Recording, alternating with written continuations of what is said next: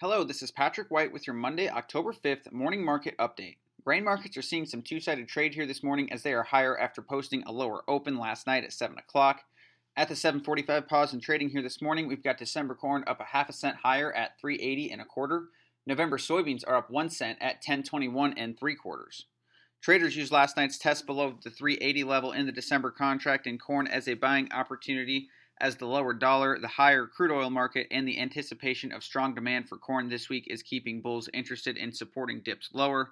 In addition, the shock last week of the quarterly stocks report showing 250 million less bushels of corn on hand at just 2 billion bushels as of September 1st is keeping bulls on edge here, and that is more likely to and keeping them more likely to react on reports of new demand here early on this week.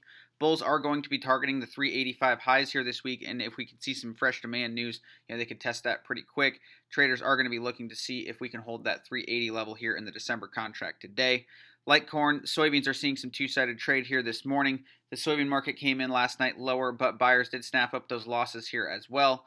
Bulls are eyeing the lower dollar and the rally in the soybean oil market, and that's on the back of this morning's recovery in the crude oil market as a sign to support soybeans.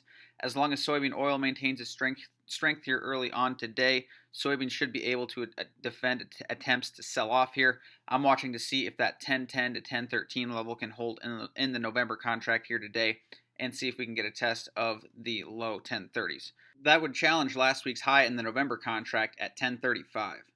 We are very close to an advantage alert for cash sales here on corn, and we are just a little bit further away on soybeans, so be on the lookout for an advantage alert here soon this week early on for corn if we can see some strong price action for the corn market, and an advantage alert later on here this week for soybeans if we can see some higher action here as well. So that's all I've got for this morning, and have a productive day out there, and remember that there is significant risk in trading futures and options, and it is not suitable for all investors.